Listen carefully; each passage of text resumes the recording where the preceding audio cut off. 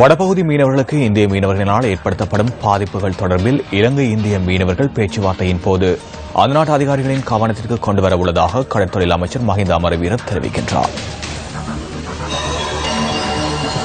இலங்கை இந்திய மீனவர் பேச்சுவார்த்தை எதிர்வரும் 5ஆம் திகதி புதுடில்லியில் நடைபெறவுள்ளது.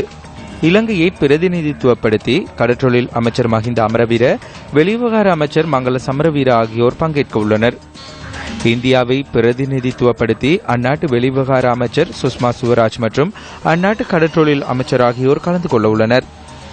ட்ரோலர் படகுகளை பயன்படுத்தி இந்திய மீனவர்கள் மீன்பிடியில் ஈடுபடுவதால் வடபகுதி மீனவர்களுக்கு ஏற்படும் பாதிப்புகள் மற்றும் பொருளாதார ரீதியாக அவர்கள் எதிர்நோக்கும் பிரச்சினைகளை கவனத்தில் கொண்டு இவற்றினை நிறுத்துமாறு இந்திய அரசாங்கத்திடம் வேண்டுகோள் விடுக்க உள்ளதாகவும் கடற்றொழில் அமைச்சர் மஹிந்த அமரவீர குறிப்பிட்டுள்ளார்.